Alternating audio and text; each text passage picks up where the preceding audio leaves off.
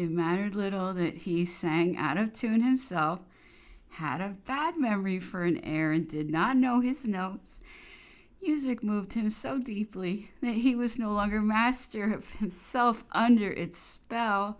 As, for instance, on the occasion when he bestowed his Order of the Iron Crown on the tenor Crescentini, does not such an act show a comprehension of music deeper than many whose technical knowledge is unassailable? It was the singer far more than the woman who fascinated him in Grassini. She, for her part, had been waiting 2 years for his notice. Her resistance, as may be supposed, was not very protracted. The day after the concert, she was breakfasting in the first consul's room with Berthier's the third, and it was then arranged that she should precede Bonaparte to Paris, and that an engagement should be offered her at the Théâtre de la République des Arts.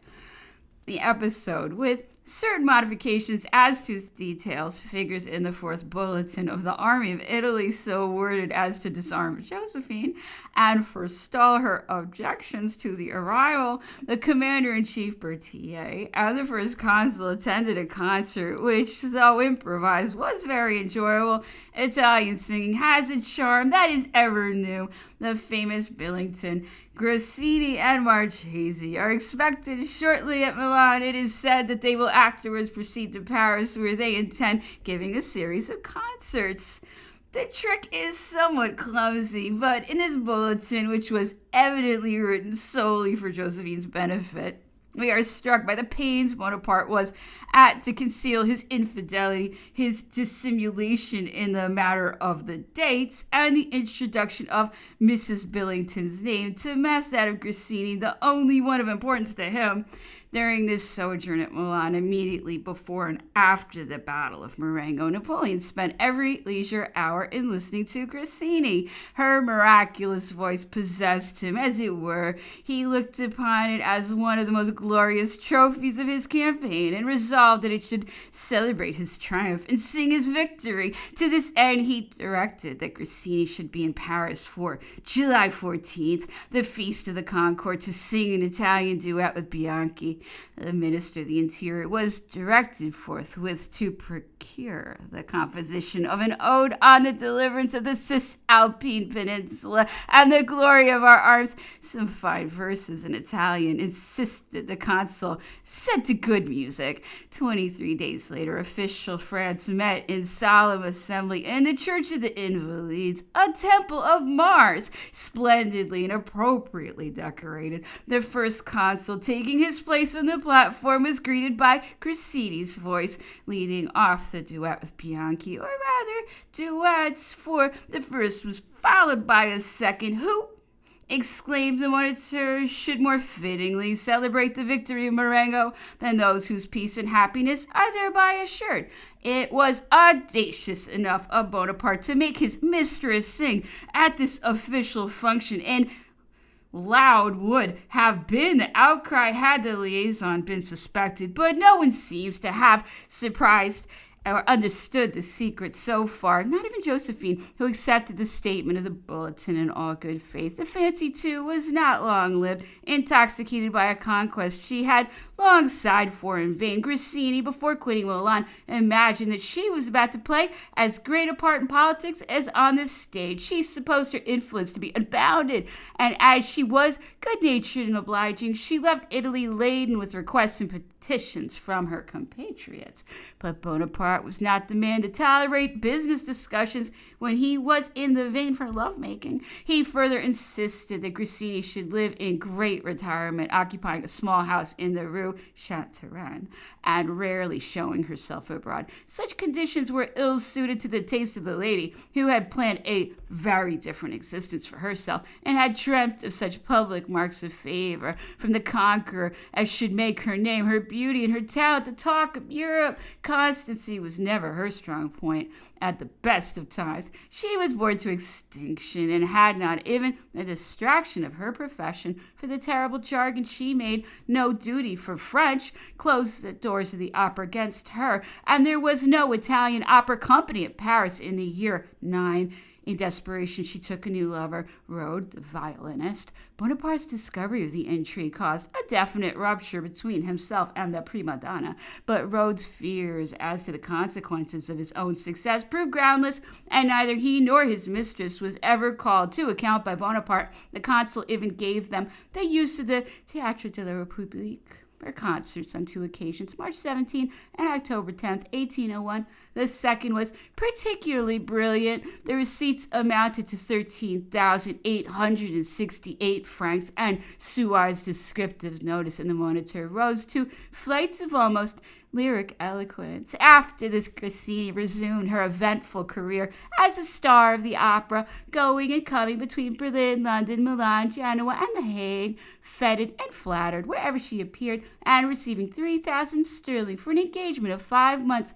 When passing through Paris, she frequently knocked at the secret door of the Tuileries, which never failed to admit her. Her visits were perfectly unimportant, though they alarmed and incensed Josephine beyond measure. I find, she writes to one of her confidants, that Grassini has been in Paris for the last 10 days. She, it appears, is the cause of all my sorrows. I assure you, my dear, I would tell you frankly if I had the least reason to reproach myself. You had better send Julie, the maid, to find out whether any was admitted. Try to discover where that woman is living. This letter is a complete index to Josephine's character. There could be no question of rivalry between Grassini and herself. She knew that a serious liaison between the singer and the first consul was impossible, and that his relations with her were the outcome of memories rather than of passion. Nevertheless, she could not master her curiosity, her inclination to play the spy, and arm herself with an additional weapon against her husband, nor could she refrain from complaints and lamentations to a woman Bonaparte hated and had all but turned out of the Tuileries. She seems, however, to have come to a more reasonable frame of mind in 1807, when the Chamber of Music was in process of organization, and Napoleon recalled Grassini to Paris. He offered the singer, not the woman, a salary of 36,000 francs, an annual bonus of 15,000 francs over and above such occasional benefactions as might accrue to her, and a pension of 15,000 francs on retirement. She was further to give a concert once a year, either in the opera house or at the Italians, for her own benefit, and to be at liberty to appear wherever she chose during her holidays, and to announce herself by the imposing title of first singer to His Majesty the Emperor and King. Her title availed little, however, to protect her against the robbers who infested the highways, and on October 19, 1807, near Rouvray, on the borders of Yonne, on the Côte d'Or, her post-chaise was attacked by 4 deserters from a Swiss regiment. The unhappy traveler was most barbarously treated, outraged, and stripped of all she had. 2 days afterwards, however, the offenders were brought to justice, and the emperor bestowed the Cross of the Legion of Honor on one of the Durando, commandant of the National Guard at Vito, who killed 2 of the ruffians with his own hand and arrested a third. A story has been told in this connection which relates that when the robbers snatched from her a portrait of Bonaparte set in brilliants, Grassini implored them to keep the diamonds and give her back the picture of her cher gouvernement. It was she who exclaimed in a drawing room where the gift of the Iron Crown to Crescentini was the subject of much indignant criticism, "Eh bien, mais vous oubliez sa blessure," but you forget his wound. She could be witty upon occasion, with the artist's wit, as a man of the world who knew her has remarked in reference to that audacious humor intensified by her Italian accent, which seemed curiously in harmony with her freedom of speech and set all the rules of what Boileau calls propriety at naught. From 1807 to 1814, the arrangements we have described were adhered to. Grassini received from the emperor 70,000 francs a year, in addition to what she received from the public. As years went by, Napoleon's enthusiasm cooled. He was present at the Italians, however, in November 1813, when Cimarosa's Horaci and Curati was given with great magnificence at the court theater.